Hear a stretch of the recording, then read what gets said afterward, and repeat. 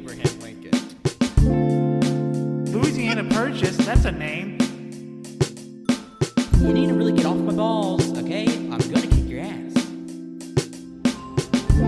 Also, why was Michelangelo so stinky? Ew.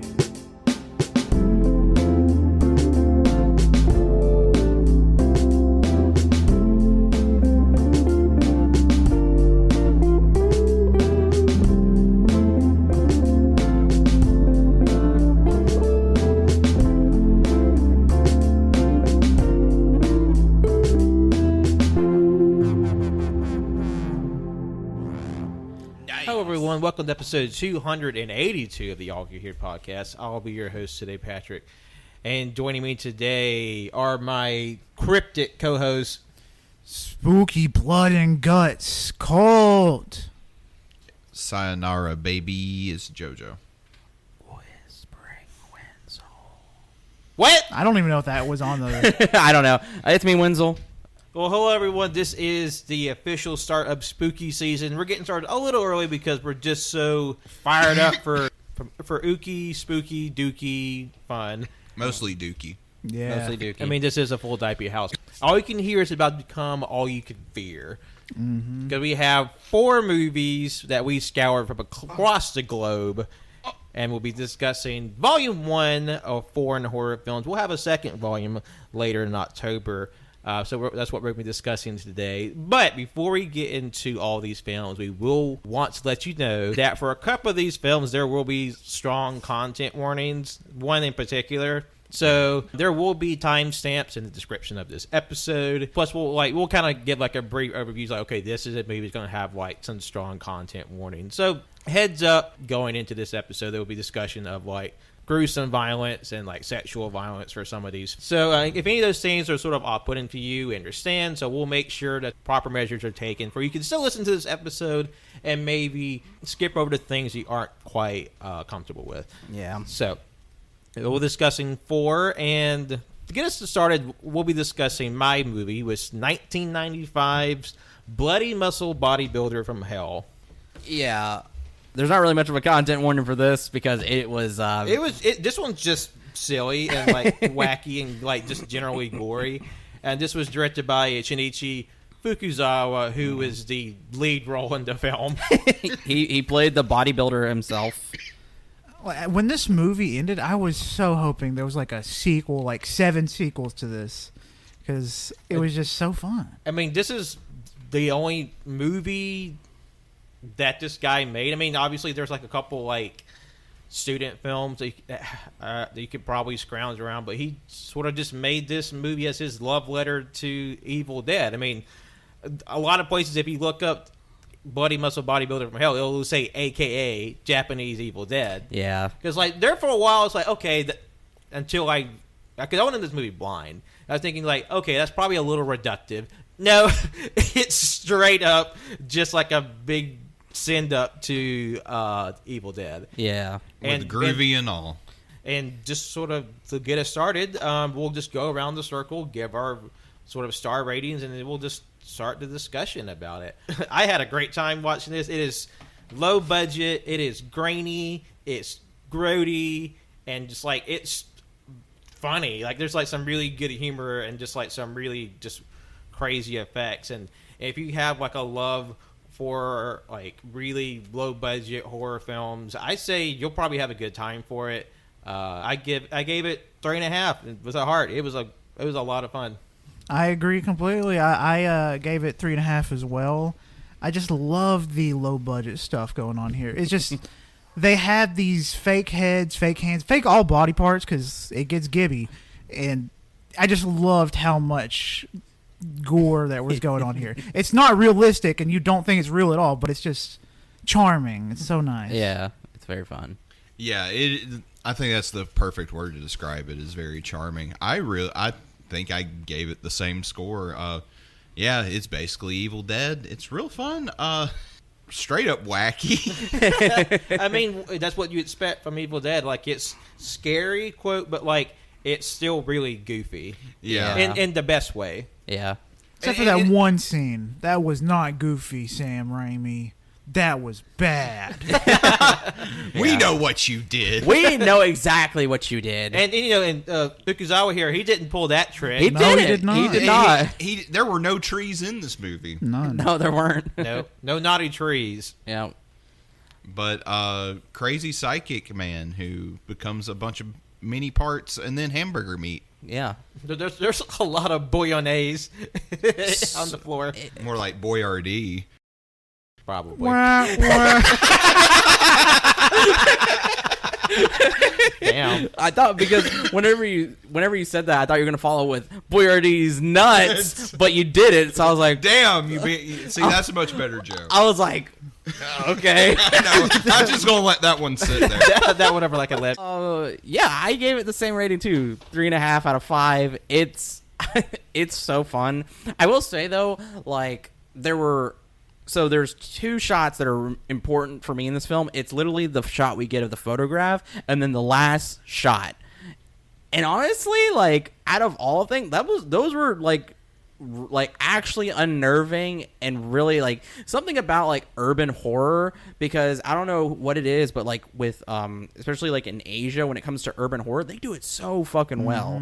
And like I've seen so much art of literally big ass faces and heads being in places where they shouldn't be, and it's always like in like some of the art I've seen is like a very concrete stairwell, or like a traditional like Japanese home or stuff like that. So like being able to see that, like it was great, and I love it.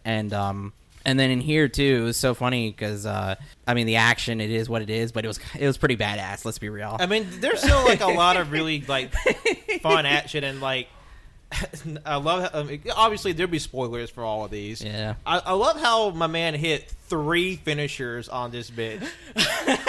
Like fuck me. Like I think my favorite one is when he takes, because he finds out what his real weapon is, the real true weapon. Muscle. Bodybuilding. I can't remember the pose. But I will say, to give a synopsis, it's about this young man who's invited by his ex-girlfriend, who's a photojournalist, to accompany her to a haunted house that she wants to do a story on. Along with, for the ride is a psychic that she has asked to come along. And this house is it's like an abandoned house that used to belong to Shinji, the main character's father. And then unraveling that, it's like this sordid history of what his father got up to and the haunting that's a part of the house. And it's just, and plus the movie is like an hour and 3 minutes. Yeah.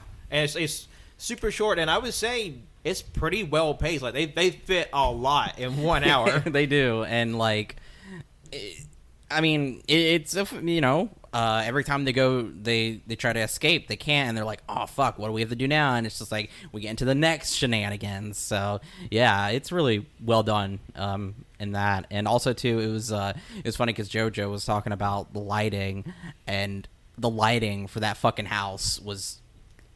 I appreciated how it fucking felt, but goddamn, because there were shots where like it was on just the 2 of them, but there was no light besides the fucking camera light, so it looked kind of found footage-ish. Yeah. It was kind of funny. And plus, like, because this filmed in the early 90s, so it's very much like videotape, like really grainy. It was probably filmed on video too. Well, yeah, so I was gonna bring up, Colt pointed me to this review on here. It was shot on video in 95, edited in 2005, released in 2009, and finally available on modern digital format in 2017. So, like, this movie's been, like, a long time coming. Because I know in horror circles, like, this was... it is a cult classic because, like, it's such this weird little one-off project that's kind of got, like, passed around in, like, video circles until, like, there was, like, a bigger release. And plus, it sat dormant for years because, like, that person didn't have the budget to complete it. Yeah. And like honestly, like getting back to this talk about stuff getting more physical releases so it's not fucking lost forever, I like this one easily. Like Arrow Video or even Criterion if you want, like somebody snatch this up before it's just gone forever. I mean, I would love to get a edition of this, and plus looking at the Letterboxd poster, it looks very Arrow because like I said, painted, It's illustrated. it's very like it's very cultish. Obviously, like Criterion wouldn't pick it up because cowards. Yeah, but like Arrow, obvious, perfect Arrow. Shout like, Factory or Screen Factory. Factory. yeah, for real. And its average letterbox rating is 3.5, which is like everybody. So because like it is what it is, but it's still fucking fun. Yeah, like you don't have to have the highest budget in the world to like make an entertaining movie because like it's genuinely funny and like unintentionally funny and just like how like silly a lot of like effects are unintentionally, but like and plus the movie is just loaded with references to stuff like Hellraiser and like Evil Dead, of course, and the fucking 1970s Lou Ferrigno Hulk. Oh my god, I did not like. Oh, I should have expected it because, like I said, my favorite part is when he finds out his true fucking weapon, the weapon that he needs to defeat this goddamn demon. Muscles and bodybuilding. So what does the fucker do? Hulks out through his shirt, rips it off. For some reason, gets a bodybuilding tank top out of there because I guess we can assume that his dad was also a bodybuilder. Because there's only 3 actors in this movie, so Shinji's actor, the director, plays the father and himself, and then his ex-girlfriend plays also his father's ex-lover. Yeah, and then there's just the psychic. So there's like literally 3 people in this movie, and I do appreciate, like Colt said, like there's a certain aesthetic from like early 90s to the early 2000s, like in Japanese horror that I just eat up with a spoon. Yeah, I just love that aesthetic, like grainy video. Absolutely, and it goes into that urban horror too because oh man, there's this one digital drawing I saw where it's literally just a head sticking out of a fucking staircase. I love, and like it gives me those like. It gives me those vibes, and I didn't expect that from this. And the finisher specifically, I keep freaking forgetting just to say outright, is where he takes a barbell, he stabs, the evil demon bitch in the head with it, and then, oh man, he takes, like... he presses the one end of the barbell on the demon's face and says, "Sayonara, baby," and then smashes. Steps on her, and then she reconstitutes. But then he takes the time to... like have to unhinge the fucking the weights off of it, and then he fucking takes it and shoots it like a fucking arrow into her fucking head. So she's like pinned to the wall trying to like pull her like gloopy monster head off, and then he finally just like obliterates her with 100 shotgun attacks. Yeah, just so many. I will say I did the claymation was also really fun too. I was very surprised by that. Claymation, I guess. Foodmation, like stop motion, a lot of it, and just like when the psychic gets like possessed, he's like by the spirit of the woman, and she's using her powers to like take over the house, and he's just like gets his head bashed open, gets his throat slit, gets his hand skewered, like literally till he gets chopped apart into pieces, and even the pieces start popping up, like a hand and a foot pop around, and the dude's head on a hand. Like, that's my favorite scene. Those are fun. Absolutely. I think that was very fucking creative. Like, I'm going to have to steal that. And then, like, the bicep and torso sticks back together. It's like literally like a tiny claymation set blows that apart. Yeah. And I do think it's funny that the guy casts himself as the main character, and he kind of looks like a Japanese Bruce Lee. Bruce Campbell. Bruce Campbell. Yeah, Bruce Campbell, excuse me. That's a pretty funny bit. It's like, oh, your hero, your favorite movie, and you actually look like the main character. I was about to say, like, he looked like a love child between, like we said, Bruce Campbell and Ryan Reynolds, and also, too, his physique was actually very similar to Bruce Campbell's the time. He was showing off. Because it's like that same kind of charm to those old kind of, like, horror slasher films where, for some reason, the main guy has to be, oiled up, flexing, of course, and it really, like, and it takes that a step further. The guy is a bodybuilder, so... yeah. Hence the title. Got anything else we got to say? I mean, it's a pretty straightforward It's pretty straightforward. It's fun. Yeah, like we talk about it's low budget, but you can still see the craft at work. And even though some of the stuff may come off a little amateurish or whatever, it still has that charm, and it was really fun. And a lot of effort went into the movie. You can tell, like, just because there's, like, all this mixed media in it. And oh, yeah. And because, like, as low budget films are, it's sort of like rife with like issues. Like apparently, this was filmed in the director's parents' house that was set to be demolished. So they're doing all this like tomfoolery in like the dead of summer. So that this tiny claustrophobic house, you're just like jumping around, blowing stuff up. And apparently there's a quote a insect plague that attacked the house. Okay. And apparently there's portions of film that disappeared that they've never been able to recover. That happened during the course of the filming. So some spooky stuff happening there. So I mean, Maybe. You mean to tell me that house isn't haunted? Well, no, I'm just saying, like, you know, like demons stealing stuff. I mean, you know, that happens all the time. Yeah, it's so commonplace we don't even talk about it anymore. Yeah. I mean, I was a demon today. You know, I was just waving at random cars that went by, no reason. Yeah, and then all those cars crashed for some reason. You're just like trying to figure out who that was. That's not my fucking fault. I think you're complicit in the death of several people today. I was trying to give people a good day and anxiety. Yeah, it's not too good on the other side of an ambulance. Wee woo. I would say, for me, this is a recommend. Like, oh yeah. I mean, I will say this is a very interesting grouping of films, and I do think this is a lot of fun.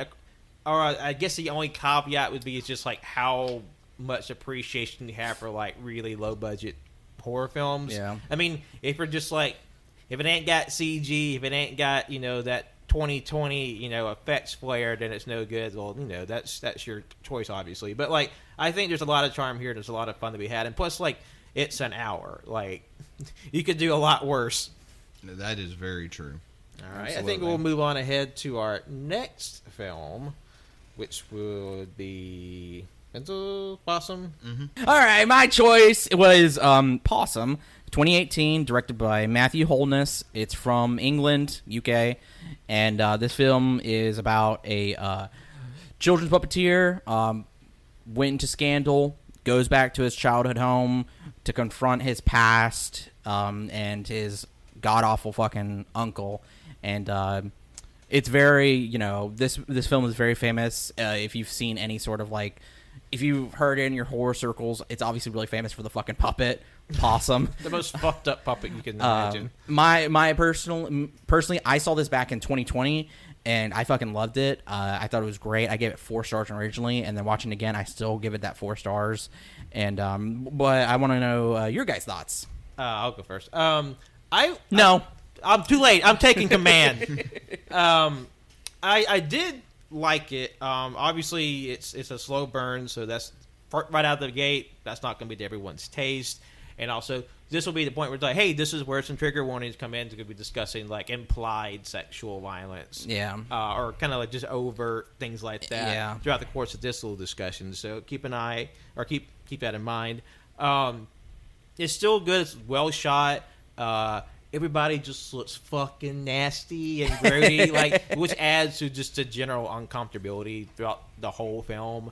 I do think it was a little repetitious at a certain point, but like obviously that's kind of to prove the issue. But I still think it's a solid film. There's some interesting ambiguities throughout the plot. I took it a 3. It's solid. All right. Cool. I gave it 2.5 stars. I really didn't care for it. I just thought the puppet was awesome. I really like that puppet. It's a little creepy little bastard. But I just don't have much to say about it because like I don't have any strong feelings other than I didn't care for that. That's fine.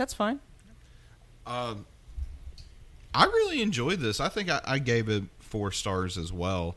Nice. It is definitely slower, more moody and atmospheric. Yeah. And that's definitely not to everyone's cup of tea. But that was a British joke. Biscuits. And the Queen's dead. Chips. We're still in our grieving period, Joe. Oh, Lizzie's in a fucking box and I'm not. Got her. McDonald's is still closed. It's not. Wait, really? No. But yeah, like it deals with heavy stuff, and I think the guy does a really good job of playing really awkward, really. Yeah, he does. Yes, just like the way, like it's hard to describe without showing you, but like the way he walks, he like holds his hand in front of his body. and kind of just walks that way. It kind of imagine if you're kind of like scrunching yourself up to make room in in a crowded area, but you just walk like that all the time. Yeah. While leaning forward, like hunched over. Yeah. and like there were certain shots of this movie that go on stick, like especially the one with the tree. Yeah, like at the very for beginning.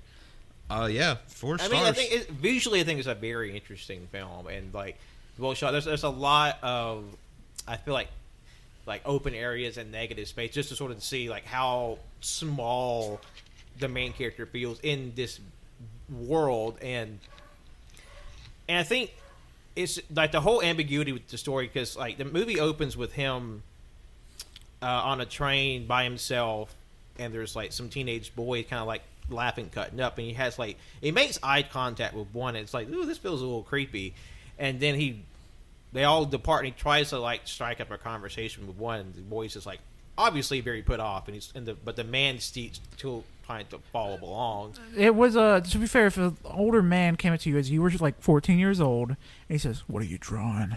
Yeah. What are you gonna do?"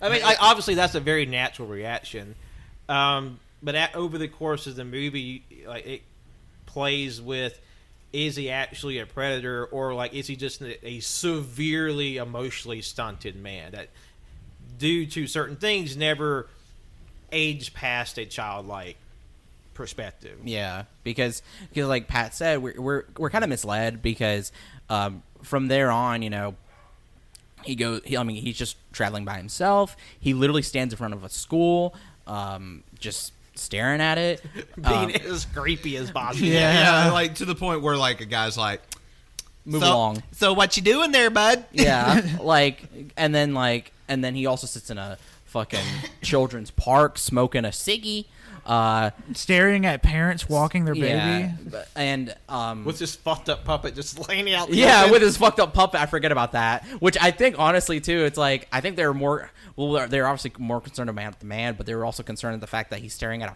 fucked up creature just sitting there, like, smoking a ciggy. And then, like, from then on, it's just him by himself traveling, and, like, and then at a certain point too, we finally get like the boy that we see from the beginning. He's missing. There's reports of a man. It's obviously him following around with a beige jacket, being very suspicious. He goes back to the school this time to basically turn himself in, but also with the help of like a teacher that he knew to like help explain his case, quote unquote. And we're thinking like, man, like this is like, what the fuck's going on? And then also too, he's a child puppeteer who got into a scandal that led him to being like leaving. And we're never privy to what that scandal is. It's just sort of left to your imagination, and how you interpret the events of the movie. Yeah, and then all this culmination, because like he's continuously going back to the same places every time. He's obviously hallucinating. He looks sickly, because like the entirety of the film is him trying to get rid of this goddamn puppet. And you're thinking, okay, like he threw it, he got rid of it, but then every time it happens, he looks deathly ill. Like he just cannot part with it. His eyes get like really, like the area around his eyes gets really red.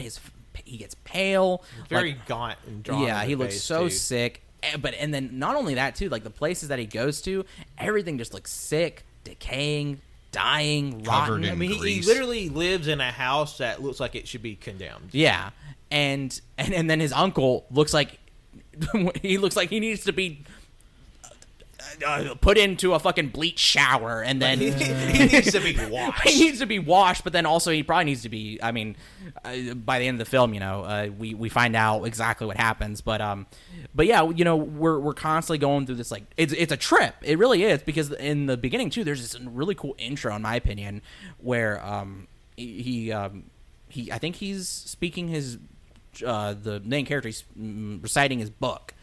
This hand-drawn like book and poem that he's made, and it's like it's given snippets throughout the film. And then it's revealed like he did this as a kid because it's in response to the trauma that he experienced. And JoJo during the film did that got on my arm.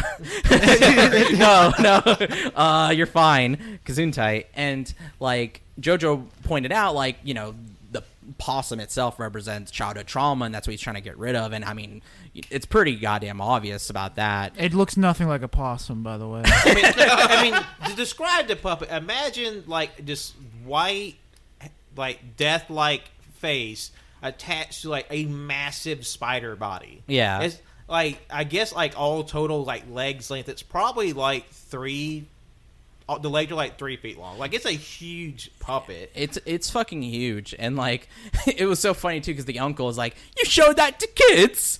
It's like, you're fucking insane. Like, I mean, see, honestly, my interpretation of the events is that what the scandal is relatively benign. Like, he just like made kids uncomfortable because he's just a weird, awkward he's just fuck. and he has like a goddamn monster as a puppet, and it's like, oh, it's time for lamb chop, and it's a fucking spider. But the reason probably why he did so well was at being a children's puppeteer was because he, you know, like you said, he's emotionally stunted. He can still like probably act and resonate as a child, but then like there comes a point to where like everything that he's experienced builds up, and he most likely had like you said, made kids uncomfortable, had a fucking mental breakdown, and just couldn't handle it anymore.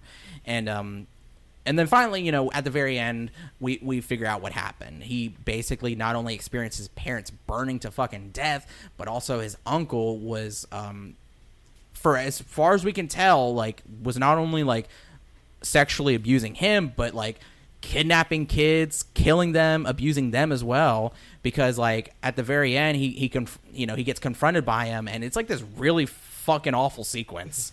Yeah, it was very uncomfortable. Like, you know, I won't give you exact details, but like it's literally between him, and then finally like that's where we also get to see where that kid that's been missing. He's literally stuffed into a fucking like huge like chest, yeah, essentially like a ship's chest or whatever. Yeah, like the uncle had kidnapped him, and like on the surface, his uncle seems like pleasant. They just, but also like really, also gross, but just like emotionally manipulative. Like he seems like he's saying certain things, like he's emotionally like teasing him, like how he leaves out the newspaper face up with the boy's missing picture on it, and says stuff like, you know, the old military barracks are black as sin. Like, he's obviously, it's feeding into, for you, the viewer, to think like, okay, is the main guy actually up to something? But also like he's like torturing his nephew. Yeah, because his nephew, like every time he went somewhere, a point of interest is because that's where a crime happened, where his uncle had done something. Mm-hmm. And that was him like literally revisiting his childhood, trying to confront his past and get rid of it, to finally fucking let go of it. He just can't, because it's so just, it's just so fucking, I think it's so, because we're making fun of how he moves, but his face, I would say one thing I thought was great about this actor was that his face, he looked like he was absolutely fucking terrified the entire time. I mean, he was in pain. Looked very uncomfortable. He looked so in pain and terrified because of what he's carrying, and you know, oh man, that's what I really like this study of this person and his psyche. I really appreciated that. And there was a scene that I told them was my favorite, was the where he was confronting the bag with Possum in it, and he put it in the middle of the trees, where the trees were made a perfect like spider legs image. It was really good and really well done. The lighting too was really, really well done. I mean, like you guys said, the way it was shot was gorgeous, and like really like the whole like everything being like rotten, decaying, burnt up, you know, it's all plays into like this is his past, this is his childhood. It's nothing like, there's no sweetness to it. I mean, he even gets a candy that makes him fucking vomit, because it's not like candy is supposed to, you know, represent that sweetness, that bring back like some kind of familiarity and nostalgia to childhood, and it doesn't bring that. It's rotten. It's like a giant like green olive that like sitting in this like dookie soap jar. Like, it looked like it was full of formaldehyde. Honestly, I cannot stress enough how gross looking. I mean, everything is just wet and cold and dirty and gross. I feel like my body was just like felt grimy. Yeah. Because like they did a good job of just like, hey, want to see how dilapidated this part of England looks? Here you go. Like, man, it was yeah, that's what I really enjoyed about it. And I mean, it's not really a happy ending per se, but it ends in a like, he not only confronts his trauma, but he's also confronting his fucking uncle. So like, there's a resolution. Yeah, there's a resolution, and it was funny too because even in the end, he gets Possum back because he tried to burn him and Possum didn't burn, and he was holding the head, which I thought was interesting too. You know, like the Possum's head. Whenever you do get a good look at it, it's modeled after his face. Yeah, which I thought he was gonna make out with it at one point. Yeah.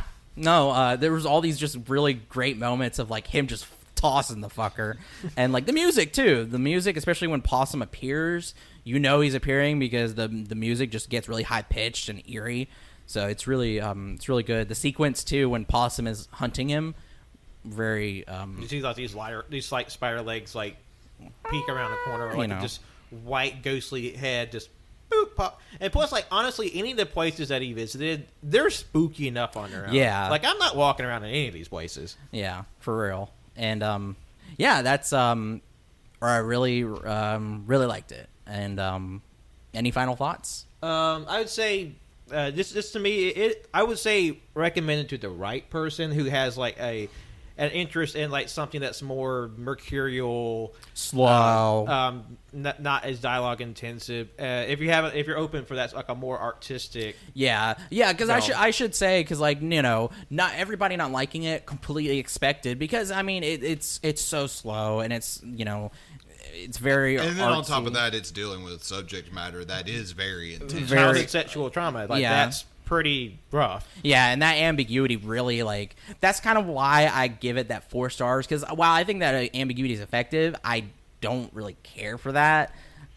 To a sense, like it's too like it's one of those things where like at least for me, for ambiguity to work, I have to be able to buy or have to find every or as many of versions of the and as many readings of the text compelling as possible. Yeah. And for me, I feel like the one where he is actually a predator, I feel like to me that kind of cheapens a lot of what the movie's going. Yeah, I bring this up because I was looking into like other opinions about this film, and one person who I thought was interesting because for the most part we have the same kind of like idea of what's happening, and but there was they had another take to it that like, oh well, this guy, he is a predator just like his uncle, like he abuses and he is complicit as well, and that's also like his complicity is also a possibility, but at the same time he's a fucking kid,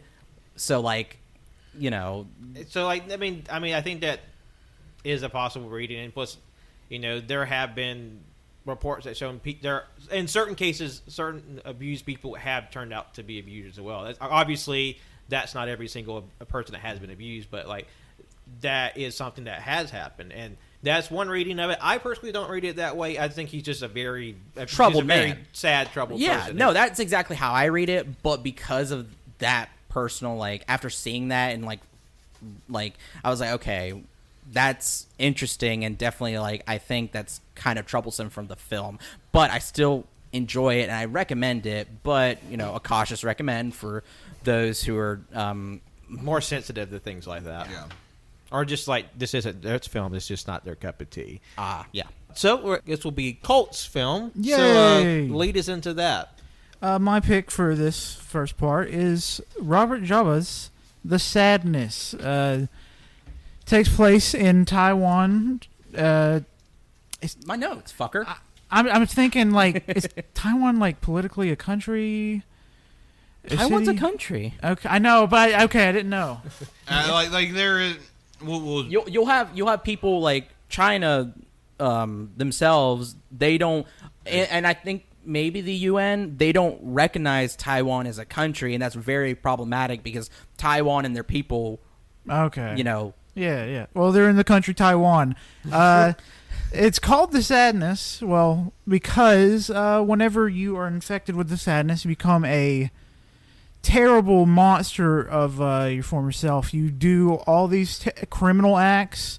The worst thing you can think of, and even more, because the virus apparently makes you more creative. It makes you sadistic. In the way you fucking do things. There's content warnings for this. Yeah, so definitely content for this portion, like gruesome violence, Rape. sexual violence. Rape, implied, child death, like a lot of just fucked up shit.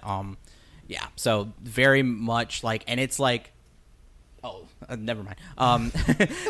What? There was smoke. I was like, I saw vapors, and I was like, is that smoke? What? Like, I was afraid. Like, oh no. Yeah. We're good. So yeah. No. So like, just keep that in mind, and like, you very like, it's very disturbing. So yeah. Yeah, this movie, like Wenzel, is not going to be for everyone.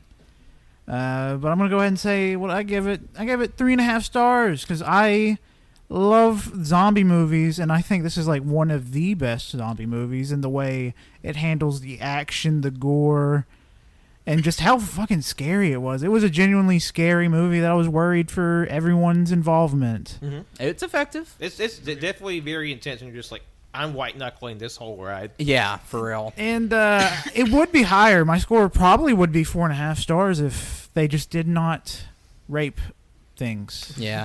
I level of thought this was sexual fucking stupid because I was looking up this movie, and one of the things I saw where somebody on Reddit was like, here's my issues with the sadness. All of the rape is implied. No, No, it's not. No. What they meant by implied was that literally the scene, that one scene in the hospital with the eye, literally he was like, "You don't actually get to see it, motherfucker. You want to see that Did shit?" you want to see? Like, There was a bald man raping a dead body in the street. I know, and I'm like, dude, what do you mean? Like, you want them to actually show this disgusting fucking acts? And I feel like, and there was shit in the subway, in the train, like.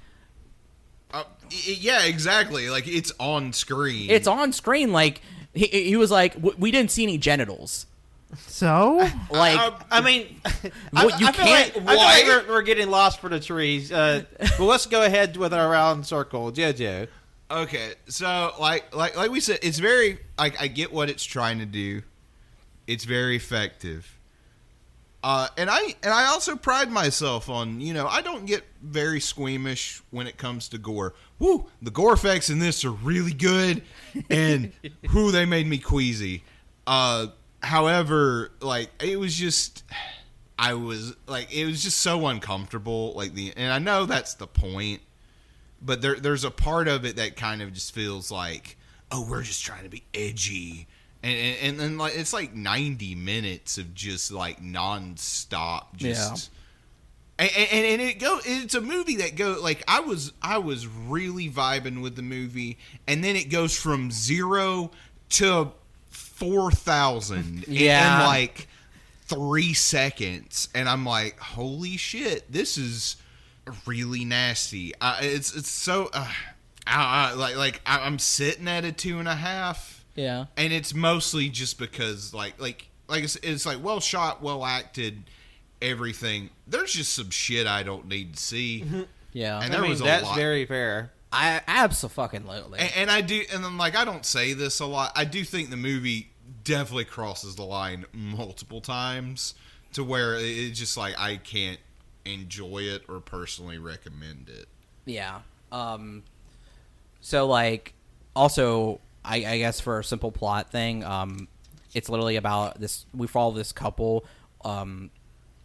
They're all experiencing this outbreak, this pandemic, in different points, and it's kind of following them trying to reunite. That's the main plot. For me, I gave it 3.5 as well. I do like it because like the gore, the practical effects is really fucking good.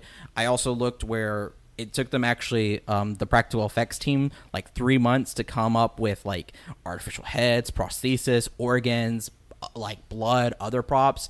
Fuck the blood. There was so much goddamn blood. that was my favorite part about this movie is the amount of blood in the bloody scenes. There's like 3 scenes in this movie that is just nothing but people covered in blood. Just like covered in blood, slipping on blood, just pools of blood. Like I'm just imagining just like someone off camera with a fire hose, just like just spraying blood. Like out. it's like it's comical. And the thing is too, there's a really funny shot of the director standing in their subway or their train set where like the whole fucking thing's just bloody.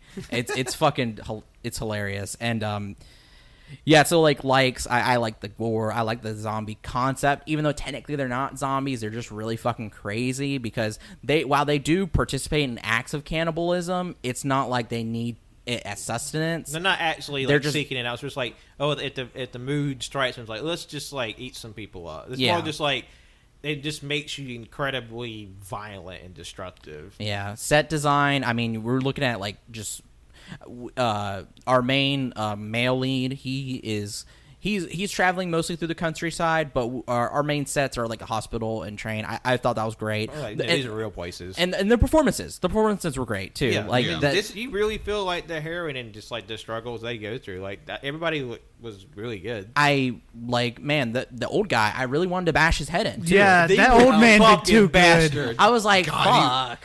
And then, like, the further the movie gets, like, the more monstrous he looks, and just, I just wanted to fucking just beat him to Because death when he the was such people- a shit. Contract just the sadness. Like they don't change much. Like they get like really like red puffy. It kind of looks like they got spread by like pepper spray, and like they have like completely black eyes, and or like this really kind of deranged face, but Yeah. like they don't like mutate. Like a Yeah, zombie. it looks like they were crying. Yeah, because Because like, they were. because like the first like basically sign of it is when they start crying, it happens. Like they get it, and yeah, what I disliked was the rape. Yeah.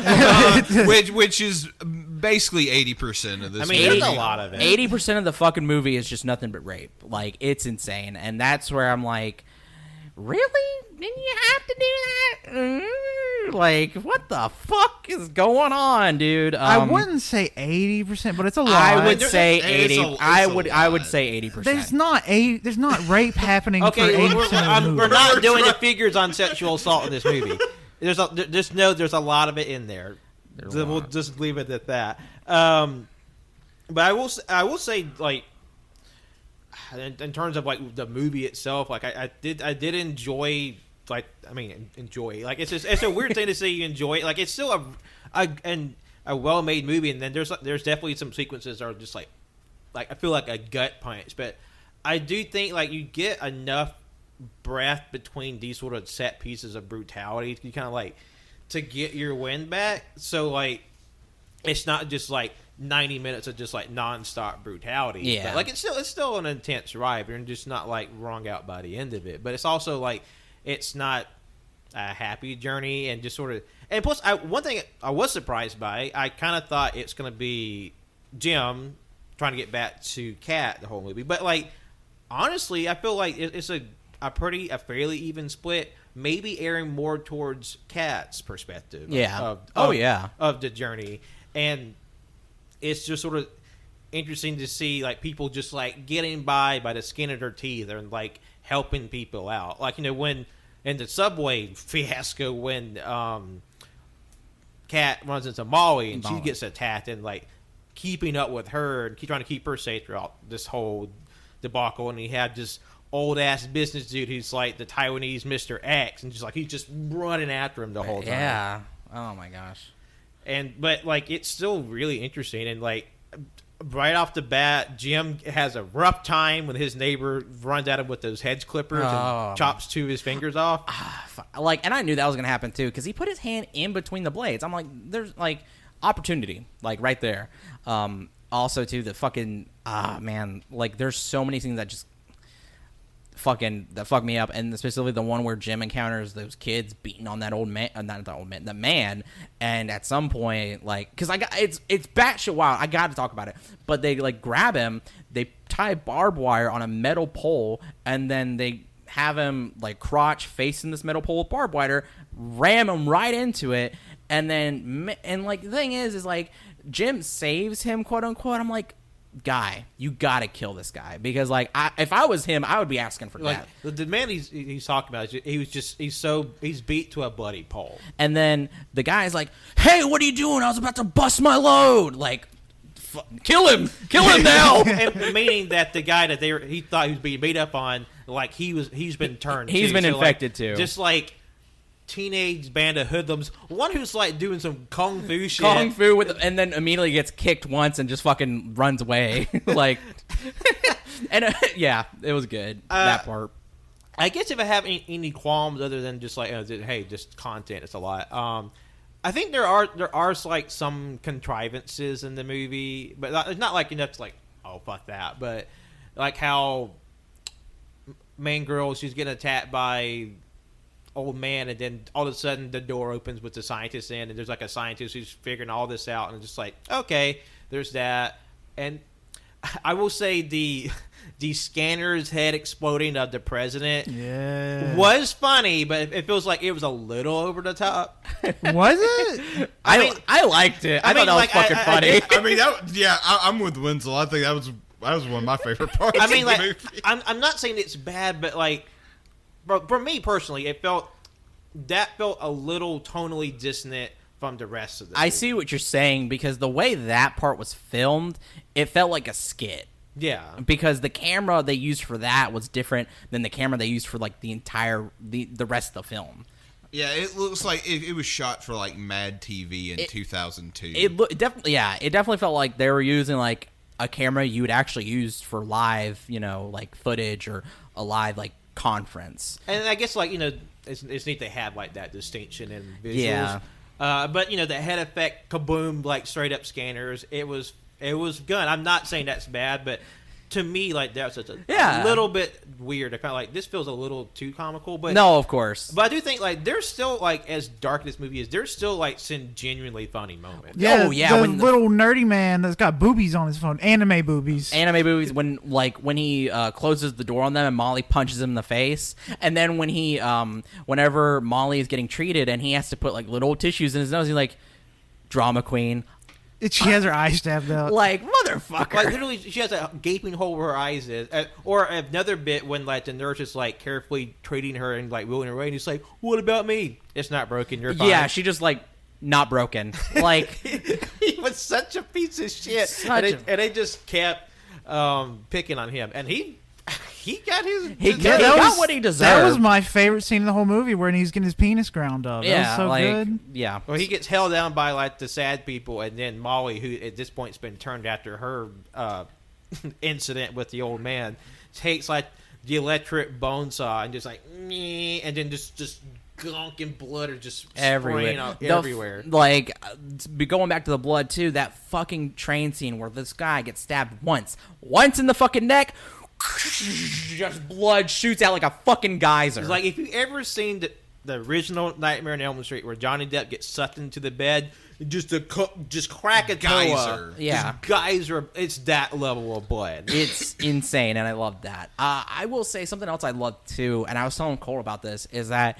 despair at certain points can be very, very tiring, and I do appreciate in this movie how despair and there was like no hope. Basically, it was a very hopeless film, and like that kind of like terror and hopelessness I do appreciate in certain things. But when you couple that with the shit that happened, it's like, well, I gotta take some points back. Because I definitely know like a lot like with these types of film, like a lot of people just like, well, if everything's just so bleak and everyone's so evil and it's just so hopeless, what's the point in me caring about what happens? And the darkness and like apathy that gets turned on, because like, well, what's the point of paying attention if like it's just people being ground into hamburger meat? Like, yeah. I mean, I'm saying like it's too bleak to care about. Which I always do like the idea of that, like if there was scenarios where like there's just absolute fucking bleakness, well, what happens when you put a fucker that's like absolutely like he's good in a sense, but also like just doesn't fuck with it, like I do like that wasn't in this, but that's like something like in my like my that's own a way you could sort of combat. Yeah, like that in my own personal taste, I really like that concept, and like obviously we couldn't apply to this, but I would like to see that more. Well, Pat, what was your rating? 3.5. 3.5. Okay, so we all or except for you, we all went 3.5. Yeah, I mean, it's fair. And I will say, like, the first 15 minutes of the movie, vibes are immaculate. Yeah, vibes were immaculate. Old ass woman spitting on people and burning the dude, that was crazy. That was gnarly. That was fucking gnarly. The Yeah, food looked that good. was just like, ooh. Because like gross. you see like this old ass lady, she kind of looks like the old lady from AYCH. She's just like stringy She hair and like does. this messy nightgown. You see her on the rooftop, and he looks away, and she like Batman out of the way, and then they're just kind of like going through the town, you know, seeing the little like setups. Okay, shit's about to go down, and he goes to like the neighborhood like cafe, and is like, yeah, I'll get breakfast, whatever. And then old lady shows up and is like, he's covered, and nobody noticed because everybody's like on their phone. Everybody's on their goddamn phone. Damn millennials. Damn millennials. And then there's one guy's just like, hey, you see that? And he's just like, ugh. And then she just like, just coughs up gunk on one dude, and then takes The cook. the fryer. A fryer that's filled with, it looks like molasses. Your grease is so thick. Dumps it on the cook's head. You just see his face melt. She like rips off the Pulls melted. it off just like she's pulling off fucking cheese off a pizza. Yep. Yeah, I was like, it's like there's some pretty gnarly stuff. Like I'll say, if I were to recommend it, if you have a taste, you can get past the sexual violence. That's your call. But if like you're a gore hound and like a splatterpunk type person, like It's you'll made probably for you. You'll Yeah. probably enjoy this movie. And just like the action of it. Yeah, I will say too.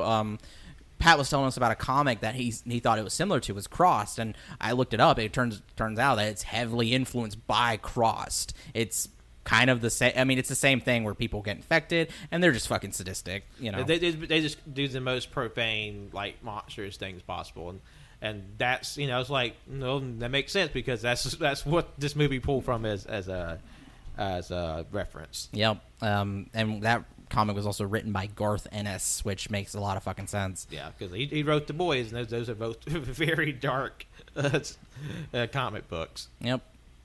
Any final thoughts? Solid film. Just know there's a lot of fucked up shit in it. Yeah. And it's exhausting, or at least it was for me. Yeah. So definitely, I would say definitely have a nice palate cleanser standing by after the movie. Yeah. All right, and we have one final movie to be discussing today. This was JoJo's pick, and tell us about that. After the break.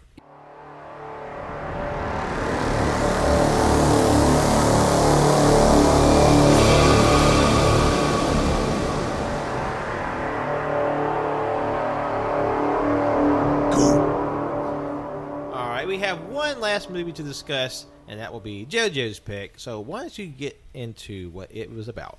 So I decided to. I was originally.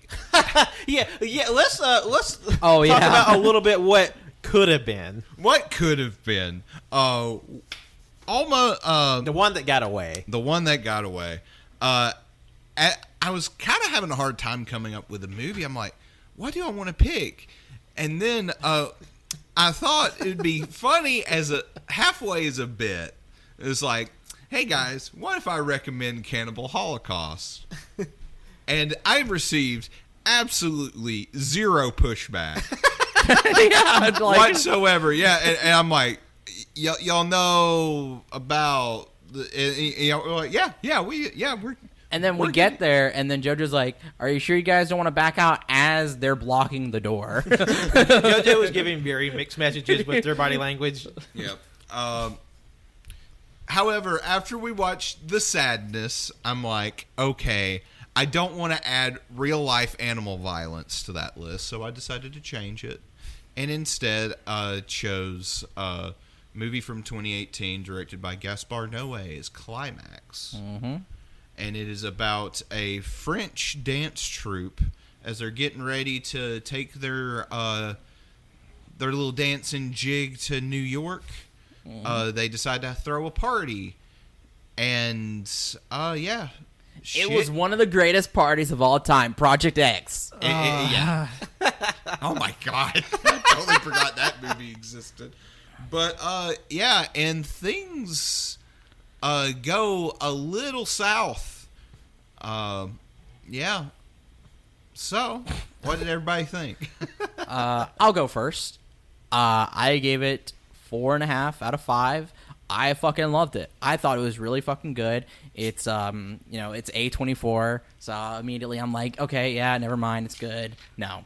But I had remembered that whenever this film was came out in 2018, I remember hearing so much about it, so much division about it, especially since it's an A24 film, people were like, oh, of course it's artsy and of course blah blah blah, but yeah, and I knew that the lead actress would be Sofia Boutella, and I know she's an incredible dancer, and I knew it was about dance. I was like, okay, you might know her from a little movie called 2017's The Mummy.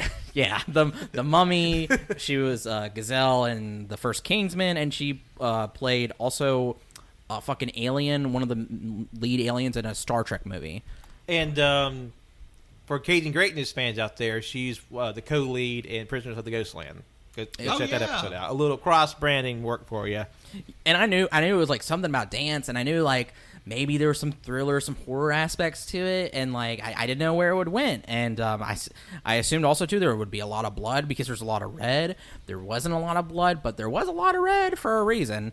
And yeah, I really like it. I love the dancing. I love how Noe, is that his name? Mm-hmm. Noe. I love how he incorporated the text into the film. I thought that was really cool. The shots were great. Cinematography really made you feel disoriented and tired. Very deliberate cinematography very choices. Physical. Very fast and violent. Yes. Every time I was so concerned somebody was about to get hit in the fucking face, but that didn't happen. Worse stuff happens. These are all professional dancers. They know the limits of their gyrations. I enjoyed myself with this movie. I haven't quite landed if I'm going to stick with 3.5 or bump it up to a 4, but it's still a really good time. Dancing, hey, everybody's a really good dancer. Everybody's a really good dancer. Shocker. They're really serving this whole movie. Really inventive use of credits throughout the film, a lot of just color washes, and just a really interesting type of storytelling. How a lot of it is unique and have these big dance sequences that are kind of free form. They're just letting them go, and these very segmented back and forth pieces of different characters interacting and talking shit and just being very hot people. I will say, if there's any sort of, I guess drawbacks, it's definitely gonna be a more personal basis, because I can see someone watching this film and just fucking hated it because it's very avant-garde, it's very different from a traditional movie structure and movie presentation, very French art film. But if you have an interest and have a taste in those types of movies, I think you'll enjoy it. But I could see someone just not be in their movie at all, and not for any sort of content triggers either. Just the presentation of the film. Yeah, I would say there's probably some trigger warnings in here too. To be sure, but to me that wouldn't be the barrier to entry. No, I would just for reference, there are some. You know, there's definitely some sexual misconduct and suggestive, blood and some. I don't know if I should say that trigger warning because it's a spoiler. Are we doing spoilers? It's spoiler. Yeah, child death. Which, woo, God, I wasn't gonna say that. I was just talking about the sexual stuff. Child death's triggering, and mostly the brother. Was he dead? I mean, I think to me he was taking a nap. A forever nap. Colt, let us know. I gave it 4 stars. It's my favorite movie of the batch this time around. Really enjoyed this movie. I thought the dancing was crazy. The soundtrack was fucking banging. They got Aphex Twin and Daft Punk in it, so I'm automatically dancing. I didn't move. I can't move. And just all around, I had a lot of fun with this. There were some sketchy parts. Intentionally provocative and uncomfortable. And then there was one funny part that Wenzel just did not notice. I don't know. I thought Wenzel was making a bit when he didn't see this moment. Because in the middle of the screen, there was a woman just standing there pissing in the floor. No, I was literally watching Sophia Botella and the guy who plays David or whatever. I was not paying attention. I had looked at the woman's psych, whatever. I was just literally looking at her face. I was like, why is she just standing there? Whatever. And then I went back to looking at the two. And then, shit's like going down. I'm like, oh yeah, shit's really going down. But why is this the trigger? And then somebody says like something about like, she was just pissing right there. I was like, what? I was like, who? I mean, the girl, like, she had a 2-liter of Coke behind her back, just like a cow pissing on a flat rock. Like...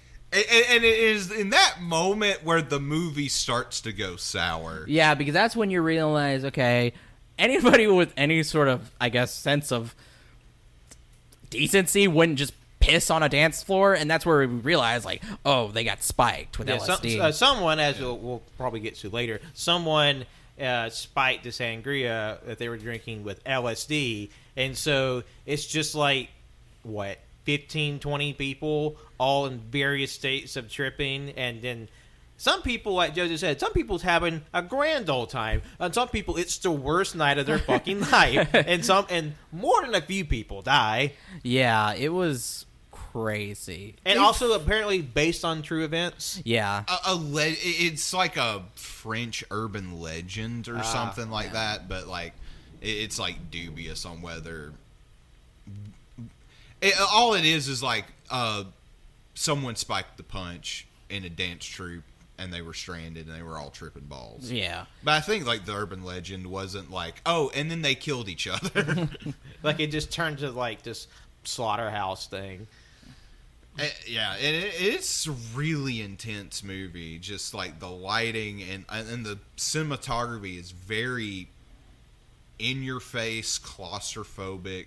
Disorientating, especially in that final like hell sequence. Yeah, yeah. When the camera's literally upside down for the last like 20 minutes and it's of the movie, just nothing but red and black, and flashy mounds and fucking and sucking, screaming and crying. Like, yeah, yeah, it's because there's like there's two sequences that are basically one take, one shot, if you want to call it that, and then the middle sequence is like kind of the beginning sequence is like between like the different dancers, then the middle sequence between the dancers, and then the final sequence is going from the different dancers again. I thought that was really well done too, like that, the use of that. And because the movie opens up with like in the frame like a TV, and on either side there's like movies and books. And yeah, like I noticed that. I took a picture because I was going to try to remember to bring that up. And them being like well known like horror and like darker films. Notably Possession. It's Possession, Suspiria, Harikiri.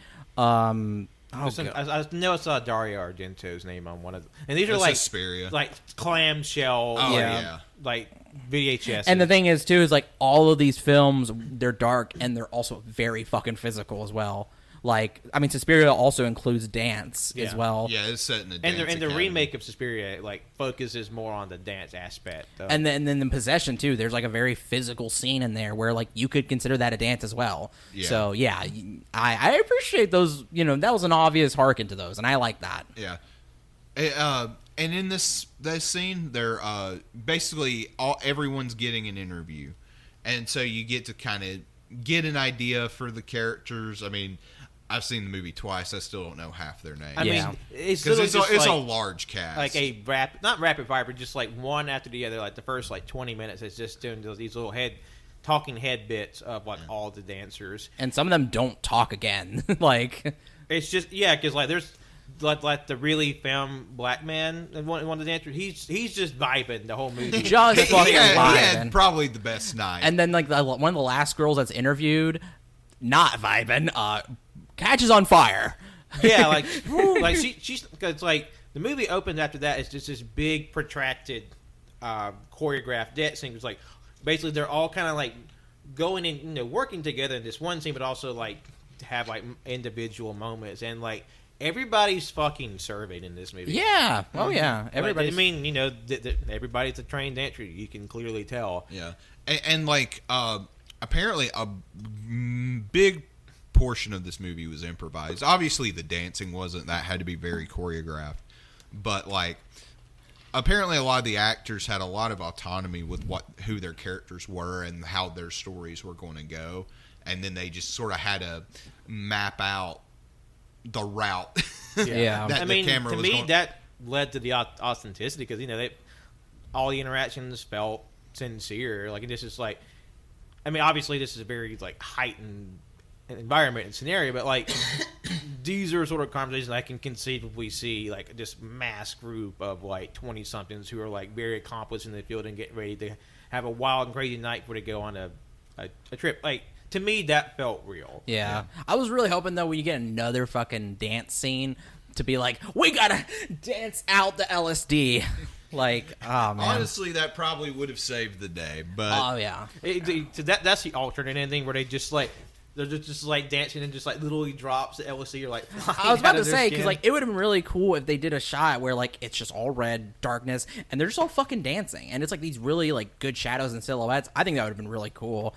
That was my like idea of like, oh man, this would be a cool scene. Yeah, that's our fic of the movie.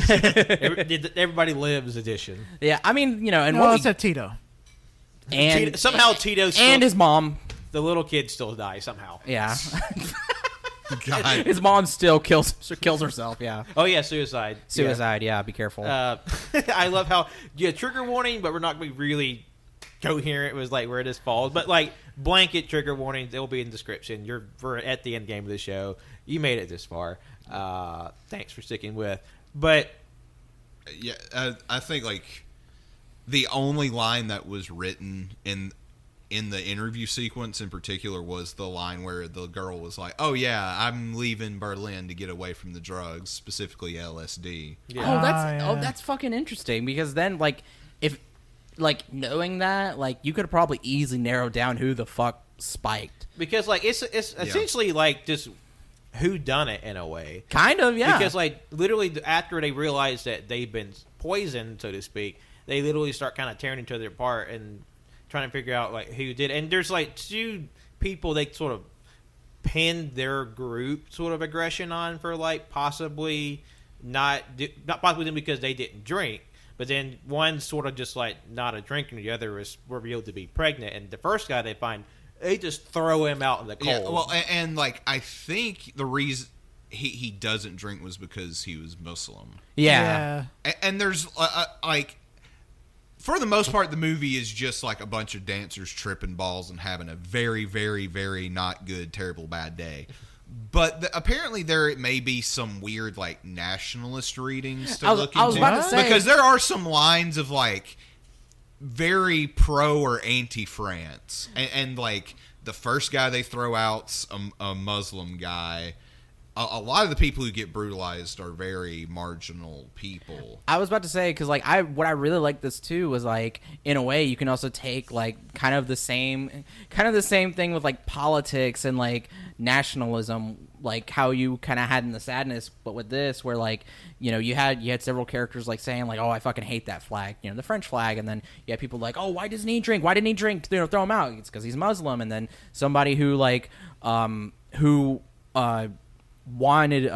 was pregnant, who possibly may have wanted their child, you know, she ended up like, I mean, getting fucking the shit beaten out of her, and then you had like people like yelling at her like, kill yourself, it's like, what the fuck? And just like, and then people like, oh, I've never worked with gay people before, I'm kind of scared, like all this different, like you really get to see like even like with the LSD you really get to see these people like in their what's the word? It's like a very frank, like, I guess, microcosm of people. Like one thing I did think was really cool about this, it's a very like diverse film. Like it's like kind of half people of color, half white. It's like it's a very large cast and very diverse cast, which I think is great.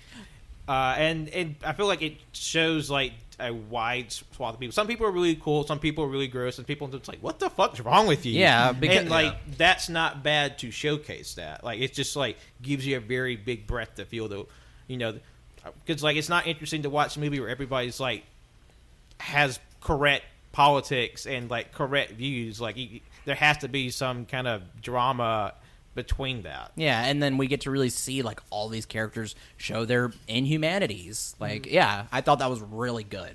It is, and the lighting, the music. To me, everything about this comes together really well.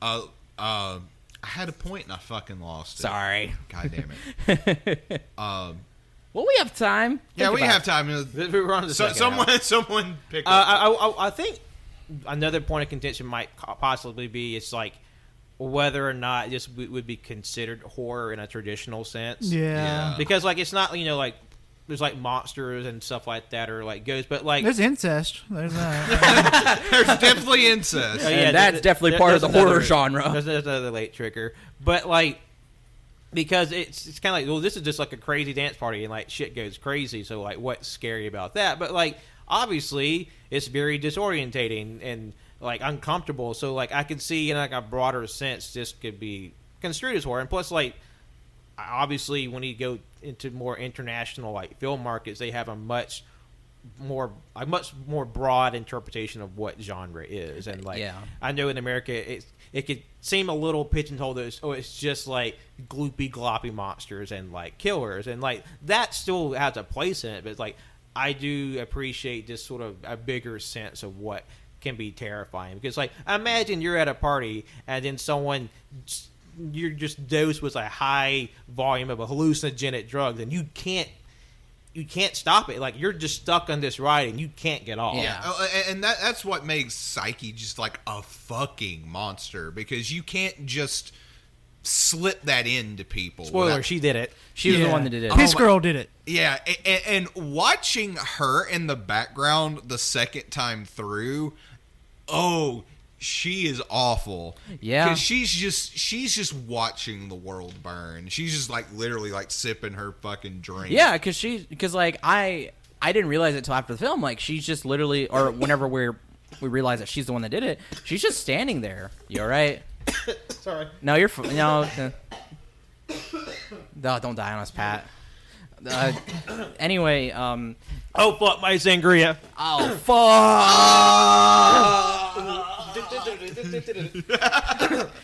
Yeah, so like she's just standing there. She's the only one that's not absolutely tripping fucking balls. Like she's like, you know, there's some people are just like vibing, like they're just dancing or whatever, but she's just like, she's absolutely like, she's the only one that wasn't on the floor, just like writhing and it's very like bestial. It's like a very like that's like giving away like, oh, she was the fucker that did it. And like too, whenever she's talking to her girlfriend, she's just like you're just fucking boring, and just she looks being like the absolute mean, just being an asshole and like looking bored, and that's where it's like, fuck, she's somebody who wants to stir shit, cause shit. So how does she do that? Spikes the fucking sangria. And like, what else does she do? She's in the middle of the fucking floor. Just like, just a gallon of piss. Whoosh. And like, too, like, our main girl, Selva, Sophia Patella, she's like, do you want to clean up? Just fucking looks at her like, why? Like why would I clean up? Kind of like lays a towel like over her feet, over the piss puddle. And like, she doesn't fucking care, and just like, fuck. And to me, like, it's interesting to sort of watch like all these different interactions as they sort of like morph, and just the intersection of all these characters and and like kind of the end goals, because like, you know, or just like watch the background sometimes, because like you can see, because I know there's one point after they're attacking the woman who's revealed to be pregnant, who they believe kind of spiked the drink. I can notice a great character, Daddy, like this heavy set, like kind of femme presenting black man, kind of shove off. I think Riley's like this like very femme twink off to kind of like set up the next sort of like sequence of story where Riley's like being very forceful, trying to come on to David, who's like very like, I like to have lots of sex and be gross and mean, but it's like, this dude's straight and this dude's gay and he's trying to mack on this straight dude, and it's like how everybody's kind of problematic in a different way. Yeah. Yeah, and just it's interesting seeing like their interviews, and especially those one-on-one interactions, how those dialogue those little dialogue segments lead into what happens later on. Yeah. And how it informs their character. It's like, Oh fuck, the dance sequence where it's the shot from above, the bird's eye view, that was really good too. I forgot about that. And like that, and then that's where the credits, dance circle sequence. Yeah, where it's like Wenzel said, shot from the ceiling, and it's interesting watching it as it slowly gets more primal. Yeah, like Wenzel noted as we were watching it, like the circle was getting like smaller, getting closer and closer, and like more scary because like somebody would get fucking hit. Yeah, because like we said, because they're very like they're monstrous and they're just like limbs, like literally windmilling, doing contortions at like breakneck speed. And I forget this girl's name, but she was Psyche's girlfriend. How she's just like throwing us up and down, just like slapping her pussy. And, She like, literally slaps her fucking vagina on the floor. She's just hitting it. And it's just like, yeah. And then like, that's when, like, at least for me, I really started to notice, like, that's when like it starts to air more to like everybody just like getting so like really rowdy because like when it's like her turns over, they literally drag her out of the circle. Yeah. Fuck. And then like more and more people start coming in and they're just like dancing, battling at each other. And then like by the end of it, many people are on the floor, and then Just, like, everyone's like, "Oh, writhing. we're tripping balls." It's like something, man, that physicality of dance is like so like, because like you have like I guess more controlled, more, I mean, this was controlled and safe, but like with this kind of dancing that they're doing, it's so like you're seeing so much flesh and so much contortion, so much physicality, so much like sweat and muscle and bones. Like, man, I don't know, like something about dancing, like watching it, especially in like a cinematic way, is like crazy to see. I mean, and I did love how like It's more very visceral. like, Yeah, like visceral. the more physical it got, like there's like I think there's a sequence with David dancing, like it literally almost is like wrestling. He just like someone jumps on him, he swings him across their back, swings him around. Yes. Oh my god. Okay, the one dance scene where it was David in the middle, and then all the guys were like kind of like holding him down, where he's like basically like a fucking mech. That was cool. Yeah, like they Megazord a dance move. It was crazy. Like that was very cool. Yeah. It's like, you know what? Hey, start a dance team. No. All you can dance. All you can dance. All you can dance. So yeah, final thoughts on Climax. It was my favorite movie. I would agree with Colt. No shooting loads. No one came visually on the screen. Yeah. Why wasn't there just a big, like in Bloody Muscle, there's just like splats of blood? Why weren't there splats of cum? Cum, blood, shit, piss. Yeah. Everywhere. I mean, about every fluid that can be physically ejected. You know, I wish for the sadness, I wish the trigger warning for that be like massive amounts of just people just shitting in the street and pissing. Like, yeah, this is my sadism. Diarrhea. You see, that's That's a lot more. I feel like that's what would happen if AYCH made a horror movie. It's just like just dookie, just spurting out. It's just the same when a dude has a geyser blood, but just a geyser just liquid dookie. For as many times as we talk about shit, we need to make a movie to just get it all out of our Okay, system. so- all of our poop out of our system. The main characters just bought some fresh new white shoes, and there's a shitting pandemic, and they're trying not to get shit on their brand new shoes. And the whole thing is led by Gwen Stefani's shit. Wait, what? What? It's my shit. Oh, yeah, okay. Yeah. Who do we get to play the main character? Us. Oh, yeah, I guess. I mean, we're pulling the bloody muscle here. We cast ourselves. Oh, yeah.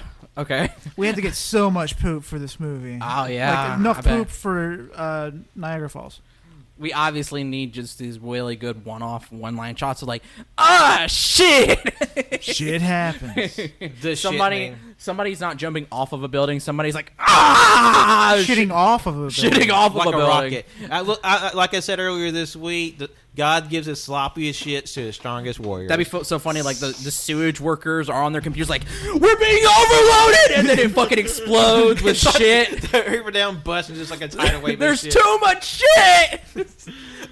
Oh Lord. It's like people getting shit in their mouths, falling in shit. How do we fight this pandemic? With more shit. we shit back, and it's like a Kamehameha clash, and it's just shit versus shit, and It's like we include magic elements where it's like if you put your hands like this, you can open a magical butthole between your wrists.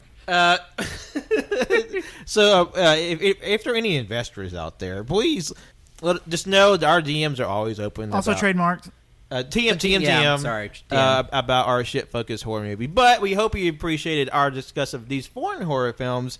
And if you enjoyed it, please stay tuned. We have another episode coming up. We'll be discussing 4 more horror films. That'll be at the end of October. Coming out on Halloween, because Halloween is on a Monday this year. Woo! And you can look forward to an entire month of spooky content. There's 5 Mondays in October, and that means 5 full episodes of horror and spooky content. So if you're looking for some good Halloween horror stuff this year, then we'll get you covered for that, so don't you worry. So as we wrap up today, please be sure to follow wherever podcasts are found, on Apple Podcasts, on Spotify, on SoundCloud, on Google Podcasts, wherever you are. Please sure to like, rate, review, and subscribe. Any of those platforms helps us out, keeps us visible, puts us in front of you listeners, and we always appreciate you when you do it. If you're listening to this episode when this week it comes out, we have a brand new episode of Cajun Greatness. Is the most recurring game in Cajun Greatness history. The impression that I get, and it'll be a full house for that one. So go check that out when it drops on Thursday. And lastly, you can follow me, Patrick, on Twitter, Instagram, and Letterboxd. John lost his name. My name Colt. Follow me on Twitter, ColtD00. Fear is only in your butt. And you gotta let it out. Yep. Shit is the fear killer. All right. My name is JoJo. You can follow me on Twitter at JONIIBY24. John Oates on 12 on Letterboxd. Sayonara, baby. I'm Winslow. Thank you so much for listening. You can follow me on Twitter at WinsleyBookie. You can follow my art Instagram at World of Winsy. Go follow my Bookstagram where I talk about books. Winslow Banters, sorry. And go to my store, worldofwinsy.bigcartel.com. I sell stuff there. I really appreciate it. Also, I have a Ko-fi. I have a Letterboxd. I have a Goodreads. They're all on my links in my link tree, which is in the bio for everything. Also, I won't say exactly what it is, but hopefully the week this comes out, there will be a special announcement on Wednesday. So stay tuned for that. Yeah, I was going to say, please keep an eye on the feeds of your choice, because we have a lot of interesting stuff coming up for you this fall. So keep an eye open for that. We will drop more details as it comes, but there will be an announcement very shortly about the future AYCH and all of its expanding content. Yep. Let's just say that shit movie might become a reality. It's called the Hershey Squirts. Goddamn. Sponsored, by the way. The American Evil Dead. Yes. Oh, well, that was Canadian, wasn't it? The first one? Is Evil Dead Canadian? No. Oh. No. Oh, okay. It's American. Okay. We'll say Southern Evil Dead. All right. Goodbye, everybody. Goodbye.